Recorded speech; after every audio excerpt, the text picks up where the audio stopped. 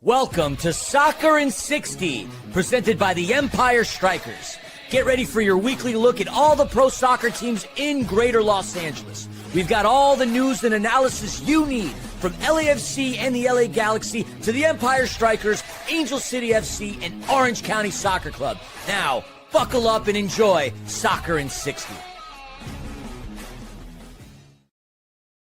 Welcome indeed to the fastest paced soccer show in SoCal. Yes, this is Soccer in 60, brought to you by SAC Health System, covering all the week's news, highlights, and more from LAFC, the Galaxy, Angel City, Orange County Soccer Club, and of course, the Major Arena Soccer League's very own Empire Strykers. Hello and welcome. I'm your host, JR Liebert, affectionately known as the Scarf, on location in DC from today, but that's a long story we won't get into. Thanks so much for joining me on another absolutely jam-packed episode of Soccer in 60. Don't forget, subscribe to the podcast on all your podcast platforms, and to make sure you subscribe to Soccer in 60 on YouTube. Here on Soccer in 60, you never really know what you're going to get from episode to episode.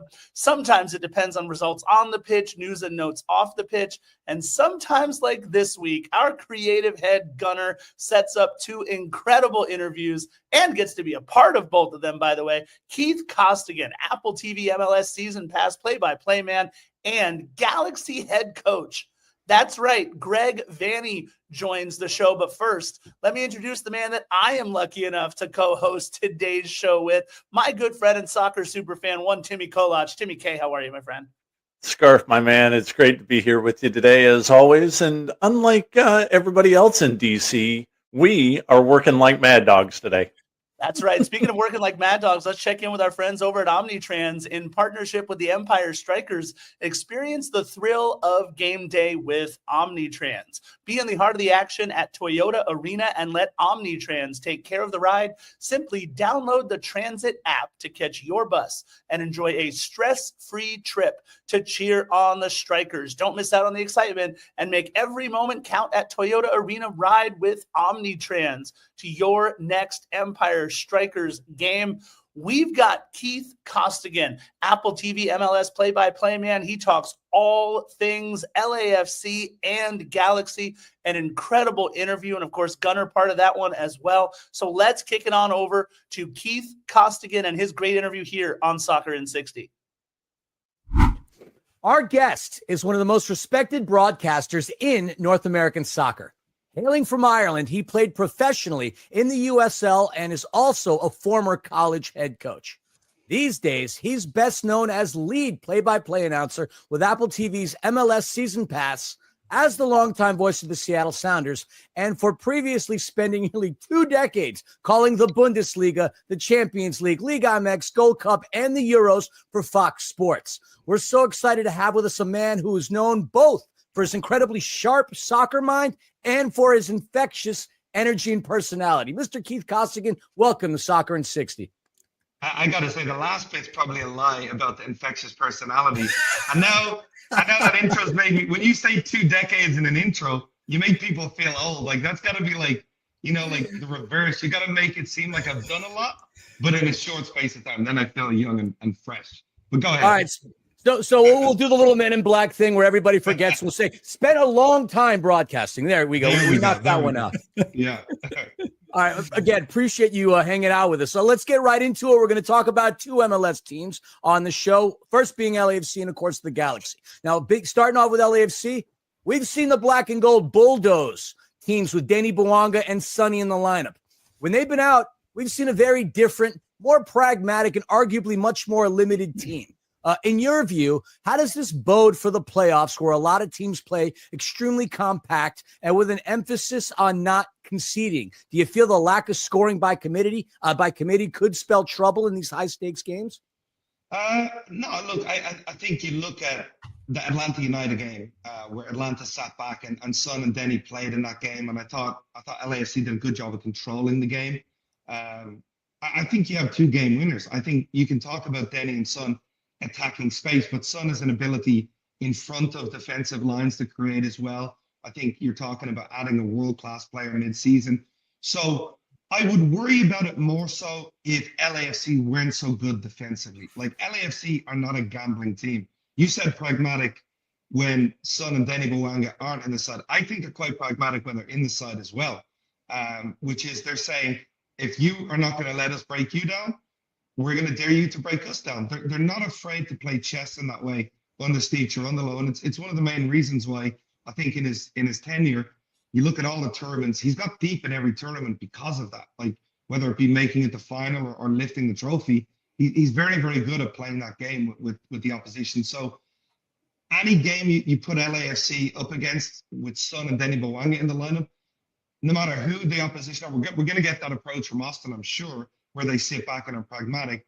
But I don't envision LAFC having the same problems with both of those in the side that they did in that game towards the end of the season. So the short way of saying that long-winded answer is I still back LAFC because they have two of the best attacking players in the league. Mm-hmm. Now, recently, LAFC obviously drew 2-2 at Colorado. The Rapids managed to hurt the Black and Gold in key moments in that game, nearly came away with the victory if it weren't for a really late equalizer in that game. Do you feel that might have been a blueprint of how to hurt Steve Cherundolo's team? What's your analysis of the Colorado game? Yeah, I think if you look throughout the last couple of years, LAFC have struggled when they've gone to Colorado. Like it's a difficult place to play because, first of all, Colorado are very direct. They don't care about, they go at you. They're like high pressing. So they are a difficult team to play against, particularly at altitude away from home. And remember, Colorado's season was on the line. Like everything was on the line in that game for them. LAFC didn't have that much to play for. Like you can say, but they didn't. They really didn't have that much to play for.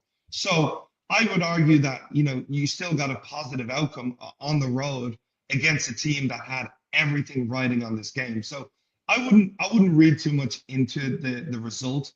I think you mentioned the late goal, but Hugo Lloris has a mistake that we haven't generally seen from him. So you take away that mistake and, LAFC are probably getting a win. So I think this was more on the fact that Colorado were gambling. They had to win. They knew what was on the line for them. And the fact that they still didn't get a win against LAFC tells you LAFC can handle those pressure situations. So I wouldn't put too much stock in this performance, this result. I think it's a whole new season when we start with the playoffs next Wednesday. Okay. Now you already mentioned speaking of playoffs, you already mentioned Austin. Obviously, LAFC now having finished third in the West, they now face Austin as its first playoff opponent, a team to whom they lost both of their regular season games and failed to score a single goal over the course of 180 minutes. Granted, the Black and Gold didn't have Son in the home leg, didn't have Son or Bwanga in the away game a week and a half ago. What do you expect to see in the LAFC Austin series, and what do you think Steve Cherundolo's side needs to do to make it past that first hurdle?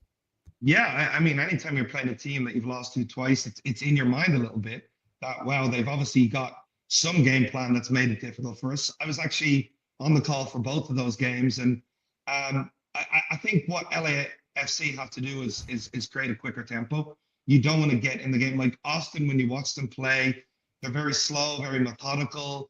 They wait for moments. Maybe it's on a set piece. So you have to make sure you increase the pace levels in that final third. Like when you get to those areas, you can do that without gambling. I don't particularly think Austin are a top tier defensive team. So I think if you elevate the level that you're playing at in terms of tempo, I think you get a result. Go back to the early game in the season. It was a midday game, if I'm not mistaken, at BMO. So it just didn't have that kind of right feel. LAFC was still finding what their formula was in terms of midfield and the replacements coming in from last year. And then late on in the season, it was no Denny, no Son away from home in an international window. So look, you still want to look back at those games and learn from your mistakes. But I do think with Son and Denny, I actually really fancy LAFC to get the job done in 2 games here and move on. That's how confident I am in terms of the gulf in class when both of those players are on the field.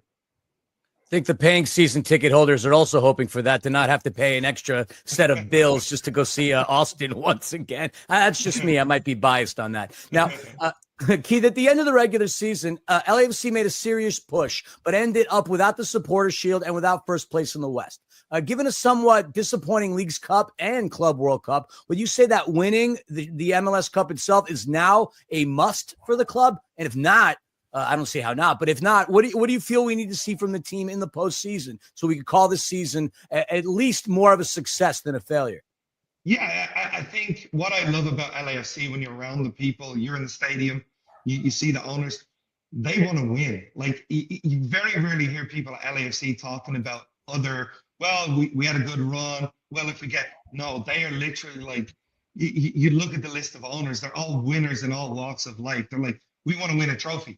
We didn't win the trophy. Why didn't we win the trophy? So, yeah, I think if you talk to anybody at LAFC, if you didn't go all the way and lift the MLS Cup, they would say, well, we didn't win anything this year. That's not a successful season. And other clubs listening to this and may say, well, that's ridiculous. Like, we would happily take LAFC's season. That's the difference, but that's the winning mentality. And we're in LA. That's all LA cares about, right? The gold, the shiny trophy, holding it aloft at the end of the year. So I would say there's, Leagues Cup. I can't quite put my finger on the exit there. The Supporter Shield maybe left the run a little bit late, but they made the right moves. They made the moves mid-season to put themselves in position to win now. So I think that has to be the goal. And I think, I would probably say, look, LAFC were still one of the best teams in MLS to watch, over stretches this year. But yeah, I think it's fair to say if you don't lift the MLS Cup, they would feel that it's not been a successful campaign. Mm-hmm. Now, as much fun as it is talking playoffs, we have another MLS team here in LA who just barely missed out on the playoffs this year. Let's get right to it and start with the question of all questions. It's one we've asked of several people. What went wrong for the Galaxy in 25? Obviously, they lost Delgado. They lost Brugman. They lost a guy named Ricky Puig, if I'm pronouncing that correctly. But most people seem to agree that they still had a roster that should have competed for a playoff spot. You being a former player and a coach, what are dynamics that you think could have been at play and made the team go from MLS Cup champ to wooden spoon contender in a few months? Yeah, it's definitely a difficult one. I think American sports, the landscape of American sports is like, you won, great. Now you gotta get rid of players. You gotta become salary cap compliant. I've never understood it. Like, the idea that you can build something and then the minute you win, you're told to tear it apart is really, really tough. So I think, look, obviously Ricky is a massive loss. He's one of the most, influential players in the league for his team. Messi, obviously, but I put Ricky in that next category underneath Messi in terms of the importance to his teammates, how he makes them all better. Massive, massive loss. I think Mark Delgado, one of the most underrated players in MLS for over a decade, like, incredible talent. You lose him. Brugman, who was basically a backup towards the end of last season, but he played in the final, was excellent in the final. So now all of a sudden you lose another key piece. And then I think if you remember, going to the start of the season, Joseph Painter was injured for 6 or 7 games. And losing is contagious. So I remember doing the game against Orlando where LA Galaxy destroyed Orlando for 70 minutes. Then there was a penalty given that wasn't a penalty. It goes 1-1. John McCarthy flaps that one in the 90th minute. It's 2-1, you lose. And that hangover just kept going. It kept seeming like LA Galaxy were there. And then it wasn't, they were unlucky. They were starting to play poorly as well. Maybe feeling a little bit sorry for themselves. I thought Gabriel Pecco had a great year last year. Team zeroed in on him a little bit more without Painter in the lineup. And it was difficult. Now, could they have done better? Yes. Could they have replaced some of those players better? I think if you talk to, Will and Greg, they would say yes. But what Will and Greg didn't do was they didn't blow up everything and gamble the future on just being successful. Now, they said, look, it's a difficult run, but we want to make sure we don't make any rash decisions in terms of personnel and bringing in players who might help us now, but if they don't, affect their ability to be better next year as well. So you have to find that balance. I thought mid-season, Painter started to find his form again. Peck started to be a little bit more himself. I think Zanka, who was brought in to help defensively, he kind of moved on from him a little bit because I don't think he played to the levels that we all thought he would. I think it's easy to point the finger and saying, yes, you should have, replenished the squad. But for me, I think you have to admire they didn't panic, like in terms of, try go out and sign players that would have maybe affected your ability to compete next year. I think it's a blip. I think if you're a Galaxy fan, you should be pissed because you want to compete. But I do think it's a blip. I think next February, March, April, we're going to be saying, well, this Galaxy team is back. Ricky Pooch is back, and that makes everybody else better as well. Mm-hmm. Now, you already touched on a few factors, but I just want to go back and quickly look at May 28 of this year. The Galaxy has a record of 1-14-5 across competitions. It's insane. Since then, and starting with a 2-0 win over RSL, the team has gone 11-8-6, so a lot more respectable. Yeah. As I said, you've touched on a few things, but from your perspective, what were some of the things that you were seeing on the field that were starting to go in their direction, that were starting to work out a little better? And how close are they, in your opinion, now to being the team that we saw last year and tear it up in the playoffs?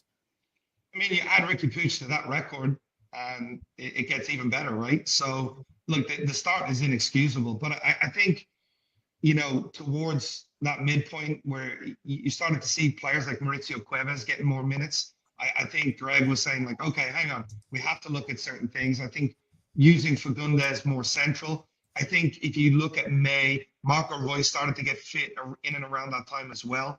And Marco Reus went on a run of form that allowed the team to be better too. So all of those factors, and with Paintsel scoring goals again, allow them to be better again. It doesn't excuse the start, but I do think Greg, what I admire about Greg, and you guys talk to coaches too, I know you guys can tell me this, the amount of coaches you talk to when they lose games become different people, and they blame and they point the finger and they become agitated. Greg is a class act, like in terms of, look, we're disappointed, but we know what we have to do. Like, you can put it on me if you like. I always walked away and I talked to Mo and be like, wow, that takes a lot. So I think in Greg, I like the way that he remained calm, and he never lost that dressing room. You look at those players, he never lost the group. I think because of that, he didn't point the finger. He didn't start blaming and try, move away and disassociate. Now, that's not me, that's them. He never did that. He kind of tried to help the group grow along. We saw Weiner getting minutes towards the end of the season, those kind of things. So I think he did a better job of looking at different things. Fagundes played better. Royce played better. Paintsel's form.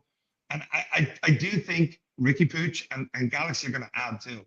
I think the number 9 position has been a gaping hole for a couple of years. I think they need to go get a number 9. If they do that, Galaxy are immediate contenders again in MLS.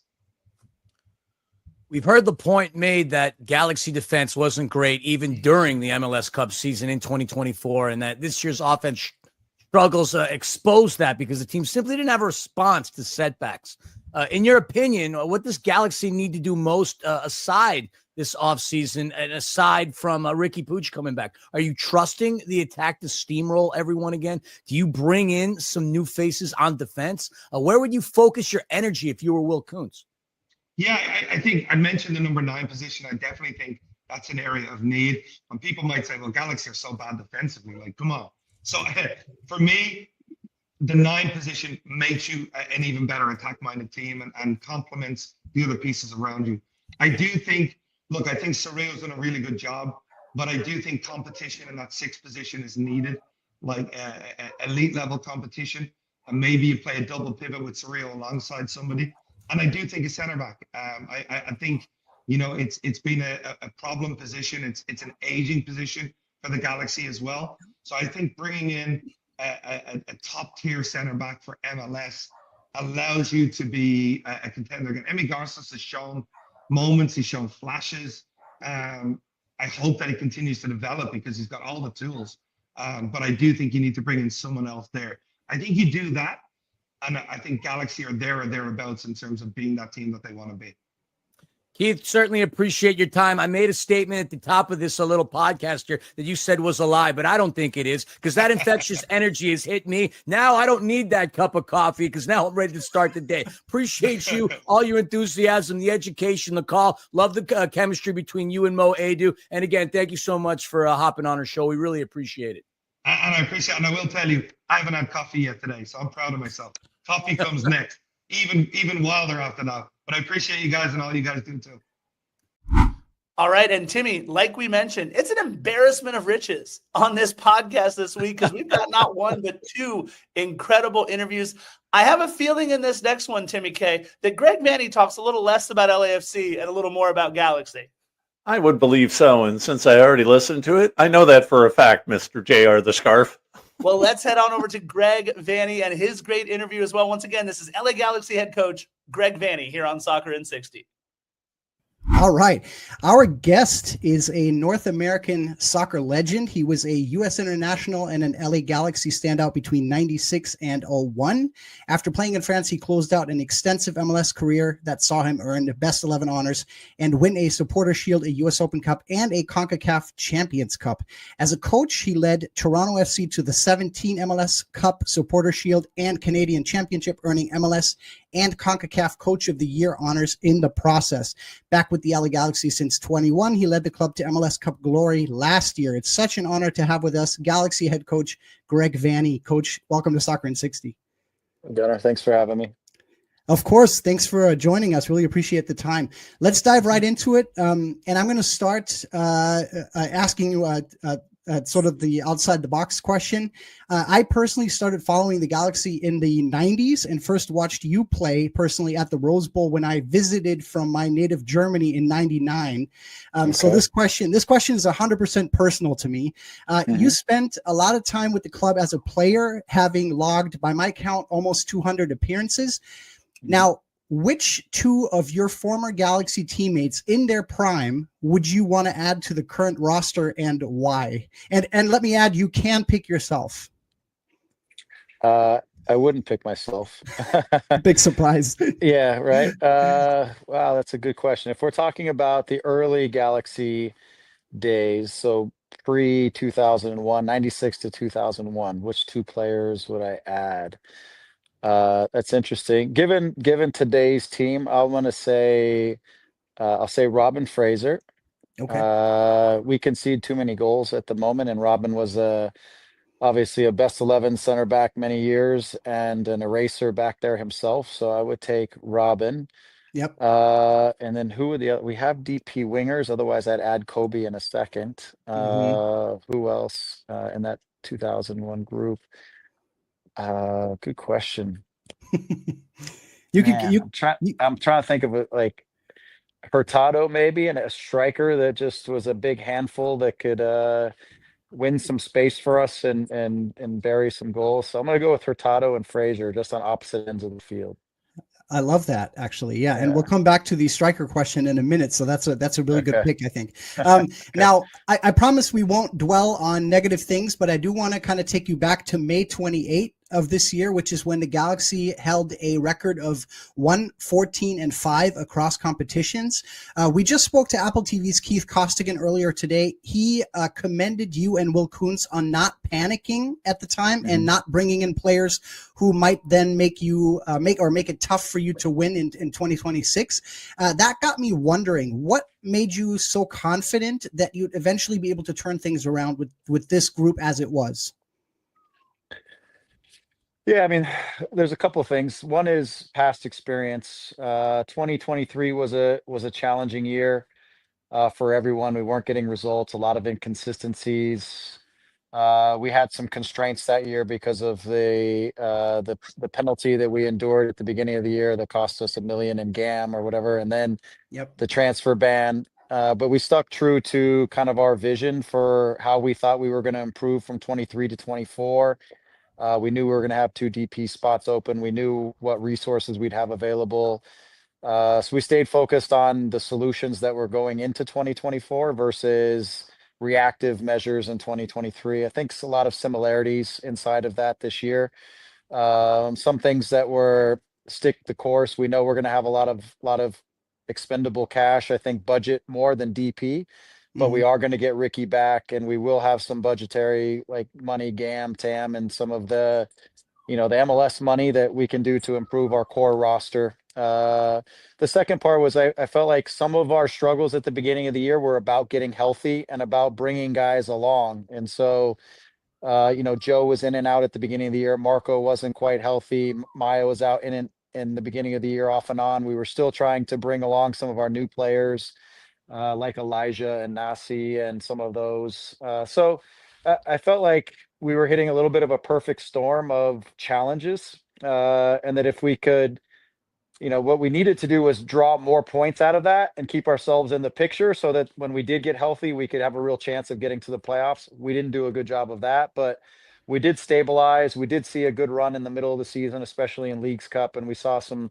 stability down the stretch. We had, 3 wins and 4 to close out the season against some playoff teams. And so we did find that stability, and players did come along. So I think some of it works out, even though it was a difficult season. Some of that stuff did hold true. And now we got to make some really good decisions coming out of 24 and coming out of 25, going into 26 to solidify our group, to have more stability, more depth, more quality in certain areas of the field so that we can compete in all aspects next year. We'll look ahead some more in a minute. One thing I wanted to ask you now, having not only avoided the wooden spoon, but not even having finished in the bottom 4 in the Supporter Shield race, which I think is a testament to the improvement since late May. The team has gone 11-8-6 by my count since then. From your perspective, what factors have led to that turnaround? Can you point to anything that you just weren't happy with earlier in the season and that sort of came along? And how close or how far do you feel the team is now to the team that won MLS Cup last year?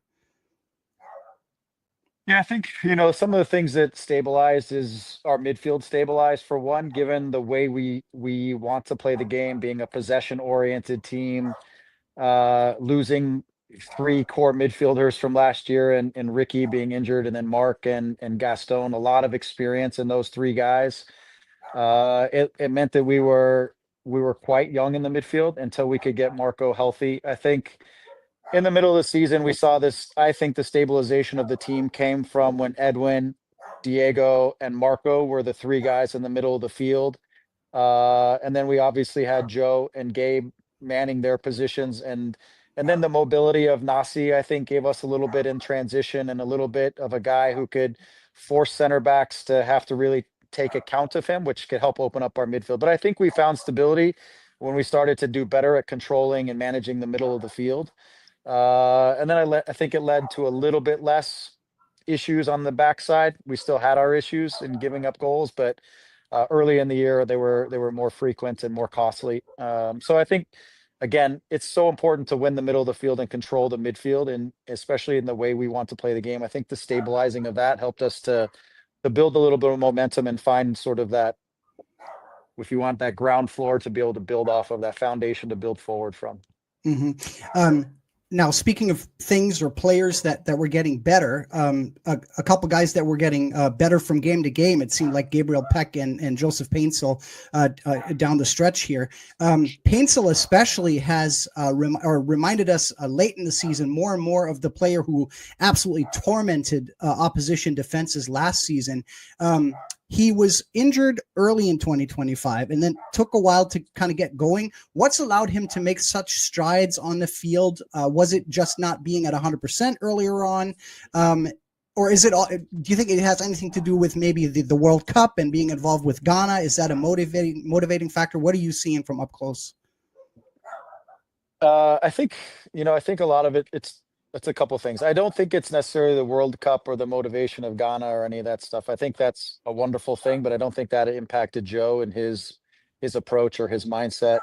Okay. I think when you come into a season early and you suffer an early injury, you miss a big chunk of preseason, you miss some early games, and you're trying to get healthy, you end up spending a lot of time just trying to get back to like the big things, trying to get fit, trying to to get back to speed, find your rhythm. And a lot of things for Joe, for Gabe, and these things come down to details. It's the finishing aspects, it's the timing of their running, it's the connection with their teammates, things like that, that I feel like they were in the details that they needed to work on.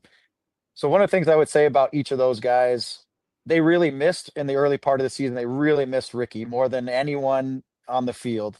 And the reason is Ricky is the guy who changes the tempo of the game for our team.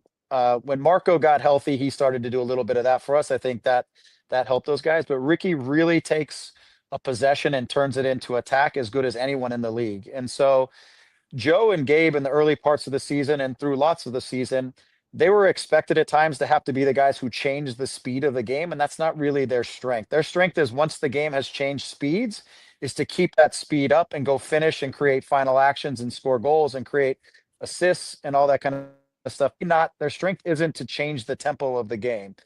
And so I felt like that was a big stress for us through the course of the year, was who are going to be the guys who take us and turn us into not just a possession team, but now into a real attack. And we build our speed and our momentum in the attack so that Joe and Gabe aren't having to do that. They can go finish attacks. We got better, a little bit better down the stretch, but I feel like that was Gabe's struggle really all year in certain ways, is trying to find that balance between being a playmaker and a play finisher. And I felt like that stress for him was ongoing, and we saw it in almost every game. In some games he was better than others, but others he got stuck receiving the ball at his feet in standing positions, trying to be the guy who unlocks versus the guy who's finishing. And so I think we eventually got there. And when we got there, I think those guys benefited from those moments. Joe just started to play the game at a different speed. And when Joe's playing at the game at his speed, which is fast and direct, he is as difficult to defend as anyone in our league. But when he's receiving it at his feet and he's having to dribble a lot and try to make things, that's just not going to be Joe's strength. And he's not going to show this in the same way. Right. Now, speaking of the attack, and I mentioned that we spoke to Keith Costigan earlier today. He told us that he thought a permanent number 9, and you touched on it. He thought a permanent number 9, and that will not be Eduardo Hurtado, by the way, obviously. But right. But he thought that was crucial, in addition to maybe some center back additions, or a center back addition. Are you comfortable sharing whether that matches your thought process at all? What are some key areas of need that you see them, if you're comfortable sharing? Yeah, I mean, we will be. I think everyone in their right mind wants to find a forward who can, who's going to be a consistent goal scorer and can carry that load for a team.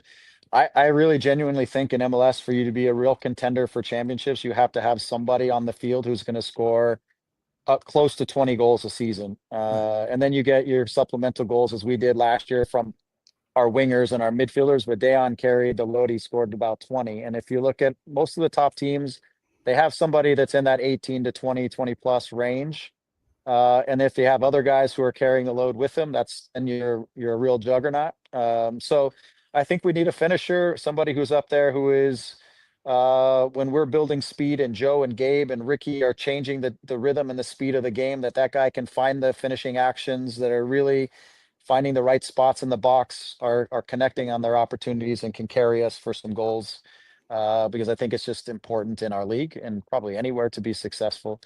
Other areas of the field, we conceded too many goals. So to be honest, we do have to look at how we can solidify our back group. And again, I think you have to look at the vision for how we want to play. We're usually, when we're at our best, we're a very proactive team. And so behind our attacks, we want to be counter press, and we want the lines to be nice and tight, and we want to be closer together. I think at times we conceded too much territory this year, and that we were too far apart and too spread. And it put a lot of emphasis on the ground that our midfield had to cover, which puts a lot of stress on them as well. And that was a relatively new group in a lot of aspects. So we need to find a little more stability, a little more stiffness, if I can, in sort of in our back line and where we're defending and how we're defending and how connected we are as a group, and that will help us. So there's other areas where I think we need to build reinforcement, because you need to now, I think, in the way the league is played and how many tournaments and events and games, is you got to have depth, and you got to have some guys who are like for like. Not everybody can play every minute. And when you make a switch, that switch should be something similar to whatever your best look is. It shouldn't be somebody who's completely different than what is the guy in front of them. And so I think there's building some depth within our group that keeps us in a consistent way and of playing is helpful for us. And that's going to be some areas on the field too. Final question for you. They say a loss is only a loss if you don't learn anything from it. 2025, obviously a challenging stretch for you in terms of the high standards that you hold yourself to and your teams to. Coming back to Keith Costigan one more time, because I just talked to him. He called 2025 a blip for you guys. And I know it's barely been a few days since your season ended, but could I ask you if there's anything that you've taken away from it in terms of maybe personal, professional growth, maybe even as a person? Always. I mean, quick history, right? 2017 for Toronto FC was the best season in probably MLS history, won the treble. Went 2018 at the beginning to the finals of CONCACAF Champions League, only to lose in a shootout, and then didn't make the playoffs in 28. Came back in 2018, and then came back in 2019 after having a miserable 2018, lost a couple key players. We went to the finals in 2019. So you find the solution in that situation. We talked about 2023 earlier, and then winning the championship in 2024. So 2025 needs to be that, and it can only be that if you're learning about yourself and you're learning about your team and what your needs are and your approach, and you're really looking in the mirror first, but then also recognizing what all the other pieces are. So a couple of things for me is, again, if I reflect personally, I changed the way I sort of approached working with this group pretty close to probably game 15 or 16-ish. I mean, we had a really busy schedule at the beginning of the year, bouncing around from Champions League to regular league, and we were on the road a lot, and games were coming fast. But there was a time when I sat back in that latter part of the first half of the season. I'm like, I just have to change my approach. We have a lot of younger players. I need to do a little more teaching. I need to slow down some of our sessions a little bit. I need to be more detailed with guys. I need to give them the space to learn. Whereas last year's team, with the experience we had in midfield, if I were to slow things down and try to teach, these guys they would be so bored, and they would just want to move on. But this group needed a different version of me than the last year's group. And I needed to recognize that.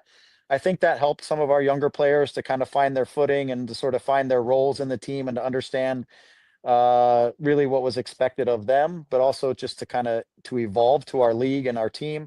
So I had to reflect on my approach as well to the group. And that's one of the things that I need to be thinking about as we reshape the team next year, depending on our experience and how many new guys and how many guys are fresh, how I will approach working with the group, how much teaching versus how much allowing them to play and to grow within our vision, things like that. Always, there's a million things I could go into that are small details, but you always are about reflecting and growing. And that was, if I'm being honest, over the course of the season, that's probably what kept our team together. Because when you don't win games for the first 16 and you're still trying to keep people believing in something in your locker room and that they're buying into what you're doing, it's about staying process oriented and about learning from each of those bad results so that you can try to do better in the next game with the trust that at some point it's going to turn in your favor if you're doing the right things. And so in our environment, we always stick to process. We know that the results drive our emotions, but the results should never drive our process. And so we tried to really stay focused on that. And that's how I approach my coaching and my day-to-day work, really. Mm-hmm. I got to tell you, the way you're looking ahead now to 2026 and the way the teams came around in 25, I'm getting excited for next season. Really appreciate the time. As I said, an American soccer legend, an LA Galaxy legend. Thank you so much for the insight and for the time today, Mr. Greg Vanney. Thank you so much. Thanks, Gunnar. Thanks for the kind words. Appreciate it. Of course. I mean, come on. 2 great interviews. Keith Costigan, Greg Vanney. What more could you want? I mean, we talk about how we offer everything here on Soccer in 60. 2 great interviews, Timmy K. Yeah, and what I really liked about Greg Vanney is he talked about what happens after you win in MLS, how the teams go right mostly to the bottom, and then they come right back up. And it was brought up in this interview that since the end of May, the Galaxy had won 11 games. And so going into next year, you and Philly have already talked about this. The Galaxy are going to be back next year. So it's going to be great. Very, very good team. And look, before we get to some Empire Strykers talk as the MASL regular season approaches, let's take a quick minute to talk about our friends over at National Core. National Core is one of the nation's largest nonprofit affordable housing developers and a proud sponsor of the Empire Strykers. At National Core, they believe that soccer has the power to transform lives just like they do. They believe in building strong communities on and off the field. And to learn more about National Core and their mission, head on over to nationalcore.org. All right, Timmy K, now that the bills have been paid, it's time to talk some Empire Strykers. And Tim, last time out, we told you all about the home openers. Their opponent was finally revealed. San Diego Sockers, Friday, December 12th, 7:35 p.m., Toyota Arena. Be there. We've got season tickets, Tim, starting as low as $229 to get you in there for all 12 matches. Well, this week, the Major Arena Soccer League, the highest level of indoor competition in the world, went ahead and revealed the whole enchilada for the 2025-2026 season. 12 home games, 12 away. Every club plays every other one. There are 8. Look, the Strykers season opener, Tim, they've got to travel down to the Evil Empire, the San Diego Sockers, Friday, November 28th. What an incredible match that's going to be. It's going to be great. It's going to be a great game to start out the season, especially after the Sockers, in that epic final regular season match that they played. It's going to be an incredible atmosphere. Make that road trip down to you don't even have to go to San Diego. You just got to go to Oceanside. Right. Just take a right turn at the 76 off the 15 and you'll be there in no time. Yeah, there's that big Denny's sign down there. You can't miss it. It's beautiful. If you head down the freeway, it's going to be a lot of fun. Just 2 weeks later, of course, San Diego comes back up to Toyota Arena. I mean, look, Empire will wrap up its regular season Sunday, March 29th. A little bit of a late birthday present for me here. St. Louis Ambush coming to Toyota Arena. Look, over the course of the campaign, the Strykers will face the Sockers 6 times out of those 24 matches. Tacoma Stars 5 times. But you know what? That cuts down on all the travel costs, right? So it does. And it'll be okay. With only 8 teams in the league this year, I think what it's going to do is it's going to make every game that much more intense because you're going to have these guys fighting for a playoff spot, and the playoffs haven't been dictated yet as to what the program is going to be. Right. But I think what's really going to happen is every game is going to be even more of a fierce battle than what it was last season. Yeah, you mentioned it. Everybody's going to play everybody, right? So not only will the Sockers play 6 times and Tacoma 5 times, but you're talking about St. Louis 4 times throughout the season, the Milwaukee Wave 3 times throughout the season, and then Kansas City, Baltimore, and my father's former hometown, Utica, facing each other twice on the season. It's kind of neat, number one, to be able to face every other MASL team, right? It's like a true supporter shield winner, right? Or a true top of the table champion. Which one of these matchups are you most looking forward to that isn't the San Diego Sockers? I'm always a big fan of them playing Utica, but I'm really interested about how they're going to play not only Milwaukee, but Tacoma, because Tacoma is, there's a couple quirks to the schedule. They play at home on the 19th and then got to fly up to Tacoma for the game on the 20th in December, right? So it'll be interesting to see how they do playing back-to-backs like that, but it's also going to be fun to see them play Tacoma and really fight these guys tooth and nail, because I think even more so than the Sockers, the Tacoma rivalry is just bitter. And look, let's talk real quick about the Savage Elephant that's no longer in the room. The league now wide open again. Chihuahua Savage not part of the 25-26 MASL season, as MASL looking to up their production value across the board for the league. So look, it's wide open between these 8 teams, and over 24 matches. You know it, Tim. One team can go on a little bit of a heater, 5-6 wins in a row. Let's say they catch some momentum, and all of a sudden you're looking at the top of the standings and sitting pretty come playoff time.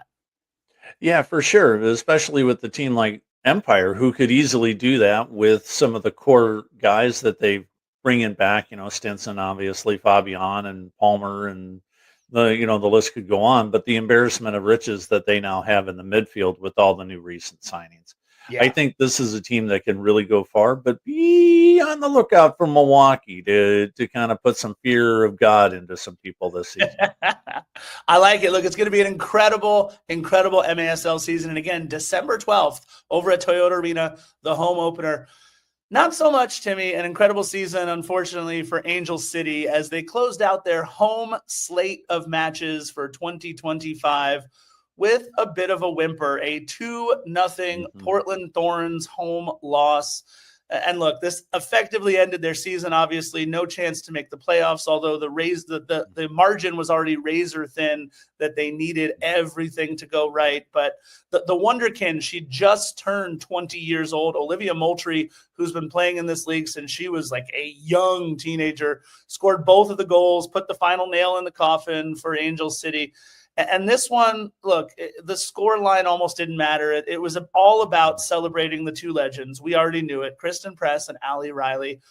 Let's talk real quick first about Kristen Press, Tim. She came on at the hour mark, almost immediately put her stamp on the match. I mean, got a shot on target right away. And the fans were really able to celebrate her for the entire half hour she was on the pitch. Yeah, and that was pretty cool. And obviously, she's got back into game shape. Was never going to play the full 90 this season. It just was never going to happen. We've talked about that multiple times, and the fans were clamoring for it. But I think the prior administration and the current administration of the coaching staff knew what it was. And I'm sure they had conversations behind closed doors that none of us are privy to, which is as it should be, right? With a legend like those. Especially with Press. But I think what they were really able to do was truly celebrate her in good fitness for a full half hour. And like you said, she did put her stamp on the game almost immediately. Yeah, this obviously wasn't the season that Kristen Press was hoping for. And if we're really, truly being honest about everything, being the first player to sign up for Angel City FC, if she could have predicted how things would have gone back in 2022, this would be the least of the storylines that she would have written. Unfortunately, no trophies, no big accolades for Kristen Press in an Angel City uniform. Not so much the same for Allie Riley. Allie Riley was incredible and became the face of the franchise over the first few seasons for Angel City. Look, she has been working hard as heck to get herself back in playing shape in any way, shape, or form. And you heard the crowd start to get restless, Timmy. 75th minute, no sign of her coming in. 80th minute, no sign of her coming in. And finally, we're at the 82nd minute when she comes on. And look, it was a lot of consternation there in the crowd, but she was able to come on, play the last few minutes of the match. And look, we were never sure she was going to ever set foot on the pitch again. So even though it was only 8 minutes in stoppage, it meant an awful lot to both her and the supporters.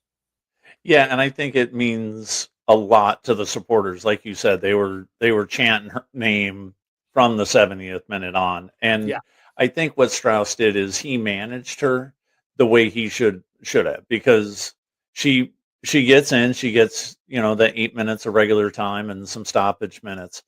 And you could tell that she's not in game shape, and that's okay, but she has worked her tail off, like you said, to get to even this point. And the reality is, for her to get into this game, she was going to get into the game if she had to go in on crutches. I mean, they were going to put her in. So the fact that she was able to get in and be somewhat effective for those 12 minutes, I think that's a true testament to who Allie Riley is. And her ability to go sit in rehab and in a weight room by herself for the past, 8, 10, 12 months to get her back into the shape so that she could actually get on the pitch. It's that. And you're absolutely right. And this is someone in Allie Riley who owed absolutely nothing to the game anymore, right? We're talking multiple World Cups, multiple Olympic Games, multiple accolades across a very storied, and she may be, by the way, the most respected player in the NWSL, definitely on Angel City. And look, those probably represented, if we're being honest, the final 8 minutes and change of her career. That yes, Angel City does have a match Sunday, November 2nd in Chicago against the last place Chicago Stars, but I don't believe Hallie Riley will be available for that at all. I think they're going to end her career right here in Los Angeles. Kristen Press, we may see, right? She may want to give the fans in Chicago another 30 minutes or so. Obviously, nothing on the line for Angel City anymore, which kind of brings me to my next thought, Tim. Last place Chicago Stars. They cannot climb out of the cellar no matter what they do. They are going to finish in last place. So obviously Kristen Press, a former Chicago player, right? She'll come on there. But in my opinion, you got to play all the young kids in this one, right? Get Kennedy Fuller out there, get all those young players out there so that we can see what we've got with the young talent. Kennedy Fuller is going to be a star in this league. Who else are you looking forward most to seeing in this final match of the season for Angel City? I think you hit it exactly on the head. You got to play every young kid that they've got on the team. And to put Kristen Press out there, I think the scheduling gods had this in their sights when they created the schedule a year and a half ago. Right. I think Kristen Press will get out there, and I do believe for you, for what you said about Hallie Riley, there's no better way to go out than with those final minutes on home turf, not be made available for Chicago. That would be a disservice to Hallie Riley, in my true opinion. Yeah, no, for sure. Tim, we talk a lot of Orange County Soccer Club on every single episode here of Soccer in 60. You know, sometimes a draw feels like a win, and a draw feels like you just survived a gauntlet. And I got to tell you, it's hard this late in the season to take moral victories from a 0-0 draw. But that match against Louisville City, I mean, Orange County, it took everything they had to take a point away at home from an incredible Louisville City side. Yeah, and you've got to give it up to the defense and Danny Stone's boys and Ethan Zubak for doing what he could, and Colin Shuttler between the pipes, and we'll talk about him a little bit more in a minute. But it's one of those things where you need a result, you got a result. It might have been a sister kisser, but it was the craziest, wildest sister kisser that you could ever imagine. And when you talk to the guys, when you hear them in the interview room after the game, they were fired up. Coach Danny Stone was fired up. And Louisville is, it's a very good playoff team. They're going to do some damage in the Eastern Conference this year. And it's going to be amazing to see how far they go. But let's talk about Saturday's match, man. We win and we're in. I mean, it's going to be a raucous crowd. You can get tickets for only $10 at Beer Fest night too. Right. Holy smokes. And let's, first of all, we got to give your boy some flowers here. Shutout Shuttler is back, baby. Look, he quote unquote only needed to make 5 saves in this one to get the shutout, but he faced 24 shots total on the night in front of him. You mentioned it, an incredible moment for the defense, for sure, for Orange County in this one. And now here we are, playing at home with everything in front of you. Indy 11 coming over from the East, right? They've got a long travel schedule. And look, 8th in the table, that gets you in, but it's a dreaded 5-team battle for 4 spots. Orange County can finish anywhere from 5th to 9th in this one. And the bottom line is, Timmy, you need 3 points. You have to have it. There's no other way. And when you listen to the guys after practice and things like that, they're going to come out fired up. That there's going to be 5,500 plus. There's going to be extra people in the place. I know it. I think they're going to put probably 5,800 or 6,000 people in the field. You have to win this game, and it doesn't matter if it's 1-0 or 5-4. You got to put the ball in the net, and whether it's at the death or whether it's 3 goals in the first 5 minutes, if you don't win, you go home, and it's a very long off season. Yeah, look, iron sharpens iron, and I think this match against Louisville City was the perfect appetizer to what is going to be an incredible match against Indy 11. Bottom line is, in that match against Louisville City, Ethan Zubak created a chance in the first half. Then they hit a post later on in the first half. They really could have come out of this with a 2-0 win over the best team that the USL has seen in many, many, many years, and maybe not needed to sweat it as badly at all coming into this one. But this match against Indy 11, everything to play for. If you're Orange County, these county boys, that's all you can ask for as your season is set to end in the regular season. Yeah, for sure. And this is what you want. If you had asked all these guys, would you want it? Yeah. Well, no, they'd want to be first place by 15 points. But the reality is when you have hard games, it preps you for the playoffs. And this is what the boys needed. And it also got two of these boys on to the best 11, including Colin Shuttler. This is a fun best 11 for sure, unless you're an Angel City supporter. And I want to remind you all, it's Gunnar Burnt who puts together the best 11. All you Angel City supporters out there, two representatives for Orange County on this one: Colin Shuttler in goal and Ryan Dogman, as a defender for their exploits against Louisville. Lots of Galaxy players: John Nelson, Mauricio Cuevas, and Ramiro Garces as defenders. Midfielders: Gabriel Peck, Joseph Painzel, and Elijah Winder. All of those players for their exploits against Minnesota, including Joseph Painzel, wearing the captain's armband. And up top, it's Mateus Nascimento for the Galaxy. And, of course, the twins, Sonny and Denis, up top for LAFC. Let me ask you real quick, because we don't have a lot of time on our best 11, because we had two fantastic interviews in this one. If you could have any player from Angel City, why should it be Allie Riley in her final match? Just because, right? It should, right? You could say either Press or Riley, but you know what? It's what it is. We're not going to give free ones out on this show. That's for sure. I love Gunner to death, but Allie Riley should be there with the captain's armband just for fun. And we hope you guys had all the fun that you possibly could. This has been Soccer in 60, brought to you by SAC Health System. Don't forget, like and subscribe. We'll see you next week.